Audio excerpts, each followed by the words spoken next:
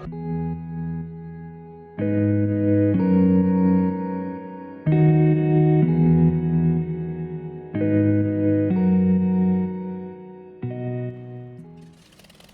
this is Gary 007 and welcome to World of Warships. So today's topic, we're going to talk about why Cvs are not OP. And this is going to be a bit of a touchy subject for anybody that watches this video. But give me a chance to explain. And I'll go over a few points and talk about the general hate that people have towards carriers in World of Warships. Now, if you like this sort of content, don't forget to subscribe, hit the bell notification, leave a comment below or a thumbs up. That'd be much appreciated. I'll probably get a lot of thumbs down.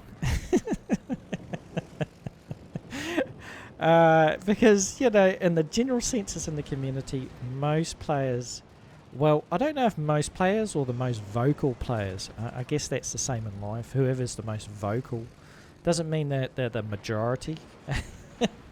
But there's certainly a very vocal community and people that talk about carriers in a negative light.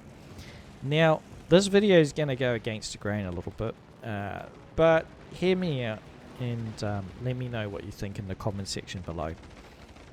So the topic of this video is why Cvs are not OP. So I'm going to bring up a few points, and I might as well just get straight into it. So Cvs cannot carry a game very well, and they rely on team play a lot more than other classes. You can close out a game in a battleship, you can close out a game in a cruiser, you can close a game out on a DD. Actually, if you can get all of the DDs on your side to the end of the game, they will close out the game for you. They are the best closers in the game. They are the most threat in the game due to their stealth ability, speed, torpedoes, guns. DDs have it all. Very difficult to play a DD well, but they have it all to close out a game. As a carrier, not so much. You're not going to close out a game very well. It's just the carriers are more of a support role. They're good at supporting focus fire on targets, but closing out a game, very rarely are you going to have the opportunity to do that well. It is very, very difficult. Cvs, you know, you can't in a CV you can't fly your planes across multiple battleships and cruisers without losing planes. They're not invincible, the planes on a carrier. The one I'm playing now, these planes fold like cardboard boxes that are on fire. They get a hint of AA fire, boom, they get blown out of the sky. If I hit flak, boom, I lose planes, squadrons. Now, there are tactics to avoid this, however, but the point is that they're not invincible and can be taken down rather quickly. In Tier 8 and Tier 10 games, most of the battleships and cruisers and even DDs have very good AA and will shred carrier planes to shreds. And in Tier 10 games, Tier 9, Tier 10, and even Tier 8 games, there are battleships and cruisers that will shred your planes to bits. And it comes down to managing your planes well. You cannot... You just don't... It comes down to a plane management system for carriers. They have to be sparingly using their planes on the right targets.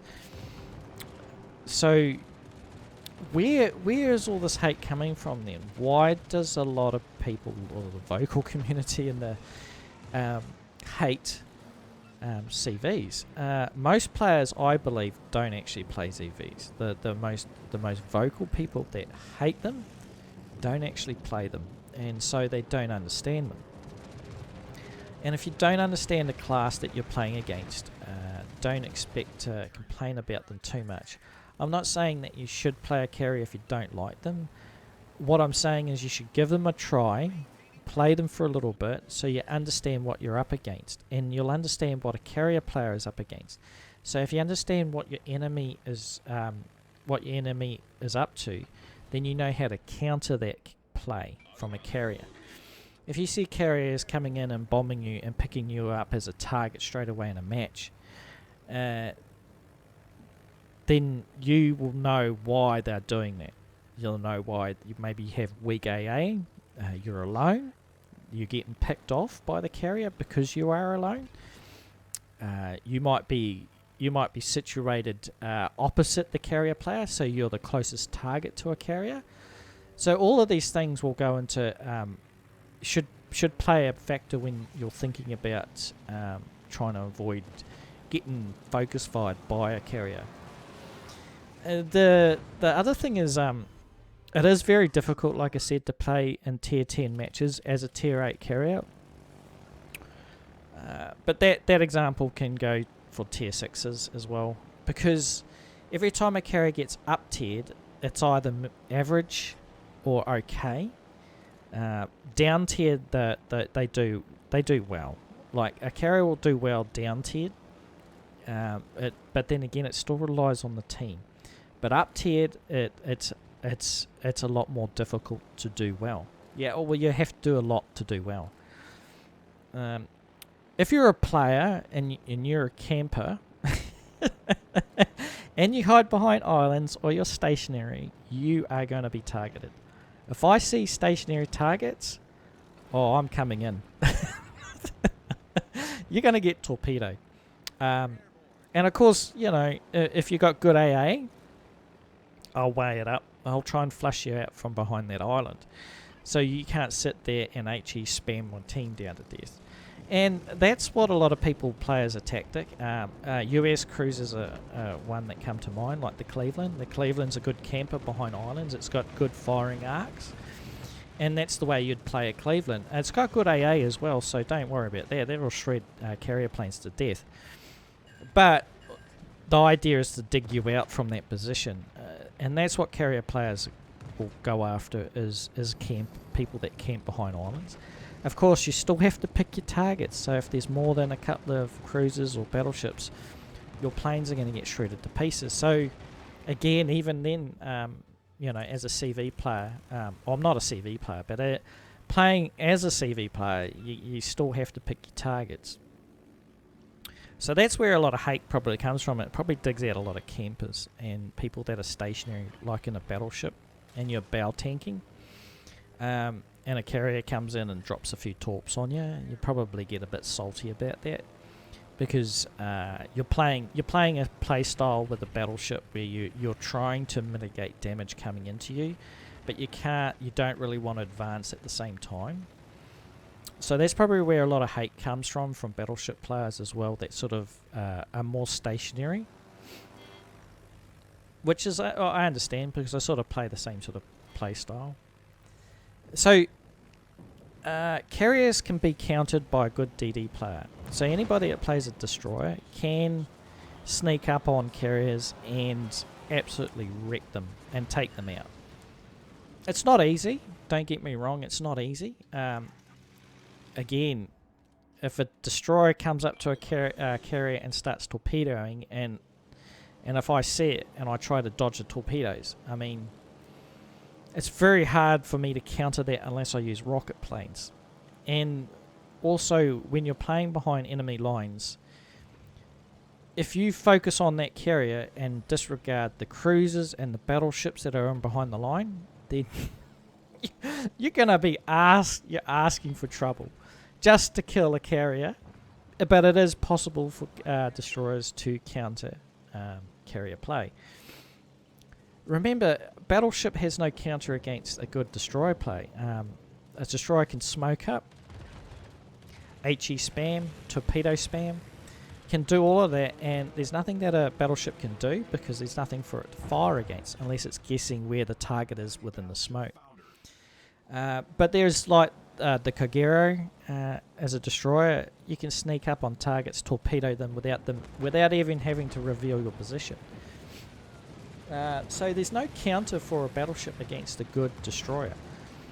So, I mean, that's another argument that I want to sort of make when people say, there's no counter to CV play. There is counter to a CV play. heaps of counter.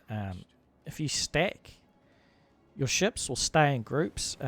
You're countering the CV simply by not allowing him any access to drop bombs on you, torpedo you, rocket you at all. And I know this is not always possible, but it is if you move with the fleet. Carriers can spot better than DDs and can counter DDs at capture points. And this is what people often say, and that statement is somewhat true. A carrier at the beginning of the match should be spotting at capture points, but they should also be protecting their destroyers at capture points. It doesn't make the destroyer mute. I mean, it's very unlikely that a carrier is going to be able to destroy a destroyer in a capture point, because a destroyer generally smokes up and goes silent. Even if we spot and the team sees it, it doesn't mean the team automatically focus fires. A good team will focus fire on a destroyer and a capture point. See, a destroyer is under a lot of pressure themselves to capture it, come out of it safely, and then move on to secondary targets, which is taking down battleships, destroyers, applying pressure on enemy fleet. It can be difficult with a carrier that can go around spotting willy-nilly. However, a carrier can't capture the capture point. All they can do is provide cover for the DD, a little bit of damage, if that. Most of the time that planes can get shredded up by DD AA at tier 10 matches. So it's very little. There's very little counterplay. There's very little for a carrier that can do and support when it comes to at a capture point. You can apply pressure to a capture point, but a carrier can't capture it themselves. They can't force a fleet to go in and capture a point. I mean, a lot of random battles, battleships and cruisers will just drive around, and even destroyers will just drive around a capture point. You can apply as much cover down as you like at a capture point. You can apply as much pressure as you like as a carrier. But if your team doesn't capture it, it's there's only so much you can do. So the other thing is, carriers really can't be everywhere at once. A carrier is, if it's spotting an enemy for the team, they're not doing any damage. And so what I mean is, a carrier can't be, like, you get a lot of demand from your team to be at A, B, or C. We need to spot this DD, and I understand all of that, and a carrier player will have to weigh that into consideration when they're setting out planes. There's most of the time you can only focus on one area when you're playing a carrier, and have to focus down particular ships. Also, you can only really cover 2/3 of the map, and even then it's very sketchy and it's very brief intel for your team. Intel nonetheless, but it's very brief. But you're going to get pulled all over the place when you play a carrier. Sorry. I seem to cough. I've got a bit of drink of water here. Oh, that's a bit better. Oh, do excuse me. So yeah, you're gonna get pulled all over the map by your team to spot, and you really can't spot the whole map. You just have to make good judgment calls when it comes to that. So the other argument where there's a lot of hate is that the skill level of a CV player is low. This is a lie to me, and it's only because I've been playing CVs recently. I have played them on and off. I generally play them when I'm getting bored of playing a battleship or cruiser or destroyer. But this is a lie. The skill level I think is a lot higher for a carrier, and the reward is low. And I'll just try and go through and explain myself a little bit. You have to know what battleships, cruisers and destroyers have good AA, and what not to attack. You have to pick your targets, You have to know how to avoid flak from a ship. So there is a system in the game where if a ship is firing flak at you, you want to come in on like half circular angles. You have to know how to read a map. So if you're a bad player, regardless of what you're playing, if you can't read a mini map, then you're going to struggle in this game.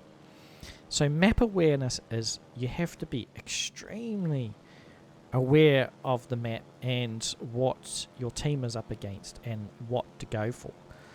That goes for any class, and you have to be able to protect your fleet and attack enemies at the same time. So you've got a lot going on just to try and provide, and it's really a supportive role. You have to provide a lot of protection to your fleet where you can. You have to attack enemy ships, pick your targets. You have to know how to avoid flak. You have to sort of know how to avoid cruisers or battleships that have tremendous AA on them. You have to know, and it's not guaranteed you're going to do any. You're going to do damage, right? Every run, like every torpedo run, every bombing run, every rocket run. There's no guaranteed damage there. Sometimes you get extremely lucky in a game. Sometimes you don't. But yeah, that's just my experiences when playing a carrier. So that's why I don't think they're OP. I think they're at a good level where they are at the moment until they introduce another ship that has tremendous amount of AA, which counterplays carriers even more. So yeah, that's really all I have to say on this topic. Leave a comment below and let me know what you think. Maybe there's something I've missed out on this video. But I'm just trying to be unbiased here. I mean, I'm not a carrier player. I play carriers now and then, just sort of mix up my gameplay. I'm not a pro at it. But let me know what you think. Let me know what you think in the comment section below, and I'll see you out on the water.